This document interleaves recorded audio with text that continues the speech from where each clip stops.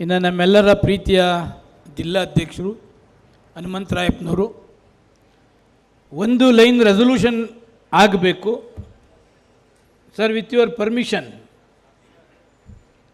Permission I am going to resolution. Yes, single line resolution.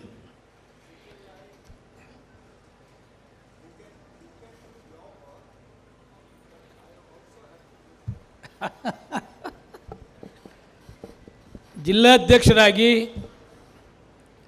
ಹನುಮಂತರಾಯಪ್ಪನವರು ನಮಗೆ ಒಳ್ಳೆಯ coordination ಮಾಡಿದ್ದಾರೆ, cooperation ಮಾಡಿದ್ದಾರೆ.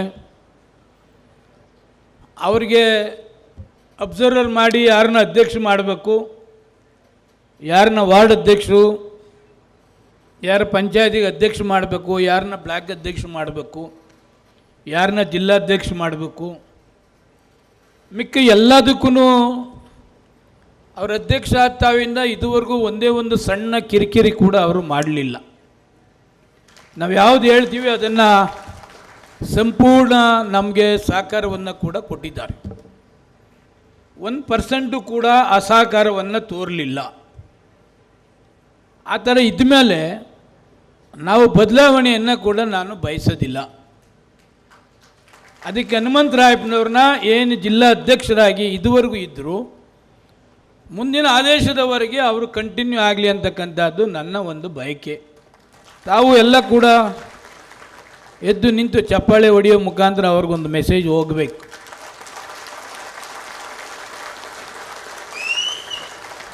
Only one resolution. ಯಾತಕ್ಕೆ ನಾನು ಇದು ಹೇಳ್ತೀನಿ ಅಂತಂದರೆ, ಅವರು ನಮಗೆ ಎಲ್ಲದರಲ್ಲೂ ನಮ್ಮ ಕ್ಷೇತ್ರದ ಬಹುತೇಕ ಎಲ್ಲ ಲೀಡರ್ಗಳಿಗೂ ಕೂಡ ಅವರು ಪರಿಚಯ ಇದ್ದಾರೆ. ಡೈರೆಕ್ಟಾಗಿ ಹನುಮಂತರಾಯಪ್ಪನವ್ರ ಮನೆಗೂ ಹೋಗ್ಬೋದು, ಮೊಬೈಲ್ನಲ್ಲೂ ಮಾತನಾಡ್ಬೋದು.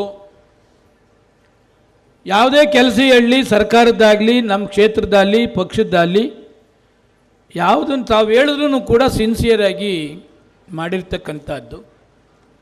ಅದಕ್ಕೆ ನಾನು ಹನುಮಂತರಾಯಪ್ಪನವ್ರಿಗೆ ರಿಕ್ವೆಸ್ಟ್ ಮಾಡಿದೆ, ನಮ್ಮ ನಂಜನ ಸ್ವಾಮಿಯವ್ರಿಗೂ ರಿಕ್ವೆಸ್ಟ್ ಮಾಡಿದೆ. ಇನ್ನು ಮುಂದಿನ ಆದೇಶದವರೆಗೆ ಅವರು, ಯಾಕೆಂದರೆ ನಮ್ಮದು ಕಾರ್ಪೊರೇಷನ್ ಚುನಾವಣೆ ಬರ್ತದೆ, ಗ್ರಾಮ ಪಂಚಾಯತಿ ಚುನಾವಣೆ ಬರ್ತದೆ. ಈಗ ಆಲ್ರೆಡಿ ಯಾರ್ಯಾರು ಅಭ್ಯರ್ಥಿಗಳಾಗಬೇಕು, ಏನು ಎತ್ತ ಅವ್ರ ಹಿಸ್ಟ್ರಿ ಏನು, ಅವರ ಸಂಘಟನೆ ಏನು ಅಂತಕ್ಕಂಥದ್ದು ಕೂಡ ಸಂಪೂರ್ಣ ಮಾಹಿತಿ ಇದೆ. ಅದರಿಂದ ಅವರೇ ಇದ್ದರೆ ಅನುಕೂಲ ಅಂತಕ್ಕಂಥದ್ದನ್ನು ಕೂಡ ಹೇಳಿ ಒಂದು ರೆಸೊಲ್ಯೂಷನ್ ಅವರಿಗೆ ಮಾಹಿತಿ ಇರಲಿ ಅಂತೇಳಿ